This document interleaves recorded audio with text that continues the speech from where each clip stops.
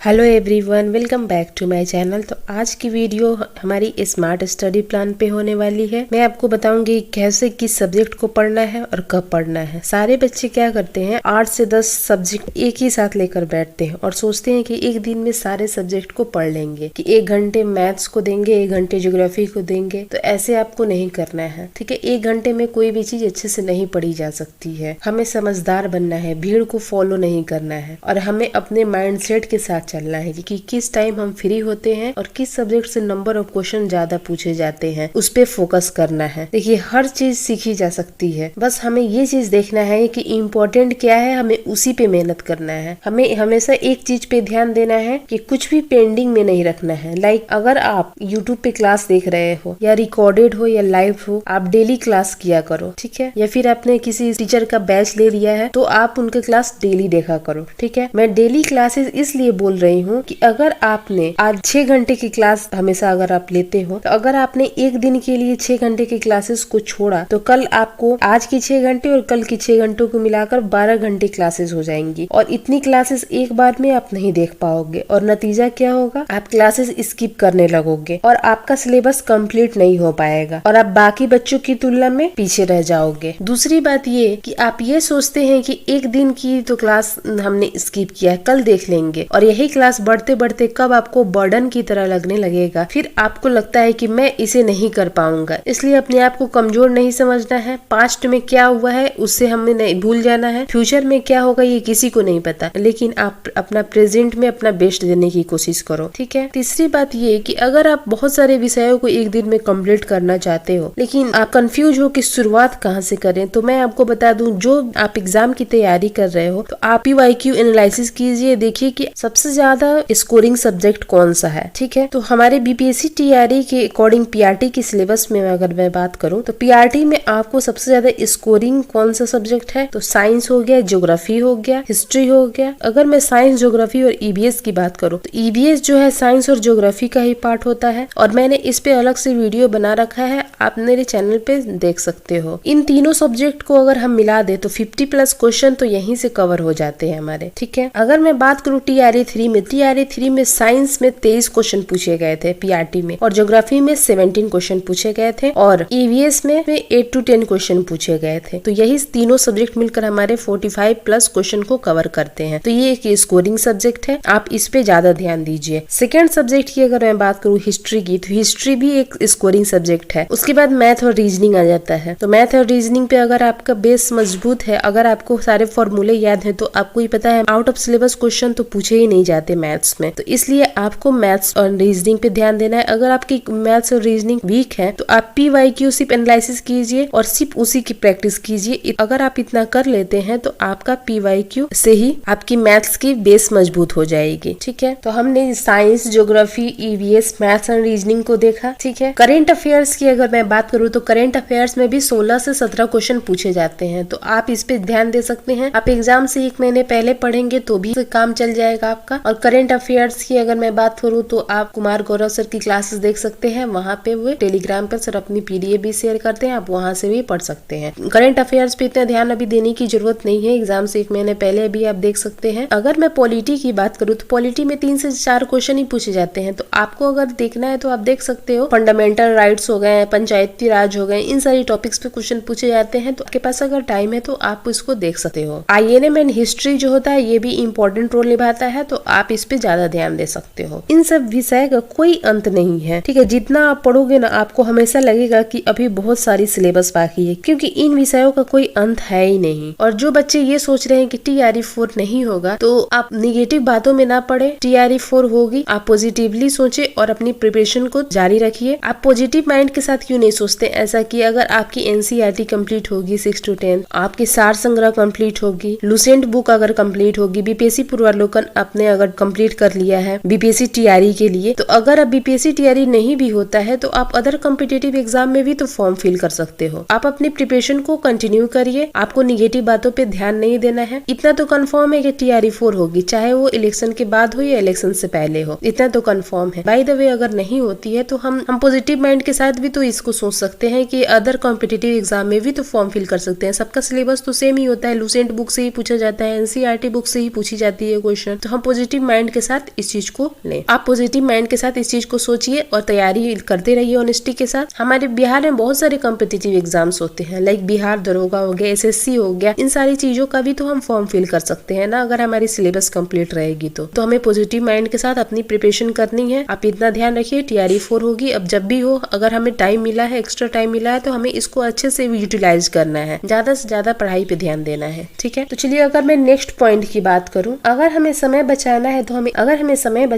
हमें अच्छे से प्लानिंग के साथ चलना होगा, जिससे हम एक अच्छा स्कोर कर पाए। कई बच्चे ये सोचते हैं कि क्लास अटेंड करने से ही सिलेक्शन होता है, तो ये उनकी सबसे बड़ी गलतफहमी होती है। सेल्फ स्टडी करने से ही सिलेक्शन होता है। अगर मैं उसकी बोनस पॉइंट की बात करूं, मैं 4 चीजों फॉलो करती हूँ। LRPM क्या है? Learning, revision, practice plus mock test is equal to success. अगर आपने लर्निंग किया, रिवीजन किया, उसका प्रैक्टिस किया और मॉक टेस्ट दिया, तो आपको सक्सेस होने से कोई नहीं रोक सकता। तो ये बोनस पॉइंट आप याद रखिए। LRPM, learning, revision, practice and mock test. सीखना आपकी जिंदगी का पार्ट है। अगर आप इन चारों चीजों को बैलेंस करोगे तभी आप सक्सेस हो पाओगे। तो हमें इन चारों चीजों को बैलेंस करते हुए चलना है। तो ये थी आज की हमारी स्मार्ट स्टडी प्लान। आपको कैसे क्या पढ़ना है, सारे सब्जेक्ट को आपको एक घंटे नहीं, एटलीस्ट एक दिन में अगर आप सारे सब्जेक्ट को कवर नहीं कर पाते हो तो एक रूटीन फॉलो करो ना। आप एक रूटीन बनाओ, जिस टाइम आप फ्री होते हो उसी टाइम आप अपने रूटीन को फॉलो करो। ठीक है, एक दिन में आप एक सब्जेक्ट को एटलीस्ट 2 से 3 घंटे तो जरूर ही दो, क्योंकि ये सब्जेक्ट ऐसे हैं जिनको 1 घंटे में नहीं पढ़ा जा सकता। इससे क्या होगा, अगर आप सारे सब्जेक्ट को 1-1 घंटे दोगे तो आपकी कोई भी सब्जेक्ट कंप्लीट अच्छे ढंग से नहीं हो पाएगी। इसलिए आप सबसे पहले स्कोरिंग सब्जेक्ट पे ध्यान दो कि कौन से सब्जेक्ट के क्वेश्चन सबसे ज्यादा पूछे जाते हैं, उस पे ध्यान दीजिए। उसके बाद नेक्स्ट डे आप उस सब्जेक्ट को स्किप करिए, क्योंकि आपने उसको अच्छे से पढ़ रखा है। तो एक दिन अगर आप उसको नहीं पढ़ोगे तो भी आपको चल जाएगा। ठीक है, एक दिन स्किप कीजिए, दूसरे दिन किसी और सब्जेक्ट को दीजिए। तो ऐसे आप अपनी तैयारी, अपनी प्रिपरेशन को कंटिन्यू कर सकते, रेगुलर बेस पे आप ऐसे अपनी तैयारी को कंटिन्यू कर सकते हैं। तो फ्रेंड्स, आज की वीडियो में बस इतना ही। अगर आपको प्रिपरेशन से रिलेटेड कोई भी डाउट हो या कुछ भी पूछना हो तो आप मुझे कमेंट कर सकते हैं। मैं आपकी कमेंट की रिप्लाई करने की पूरी कोशिश करती हूँ। मिलती हूँ आपसे नेक्स्ट वीडियो में। Thanks for watching.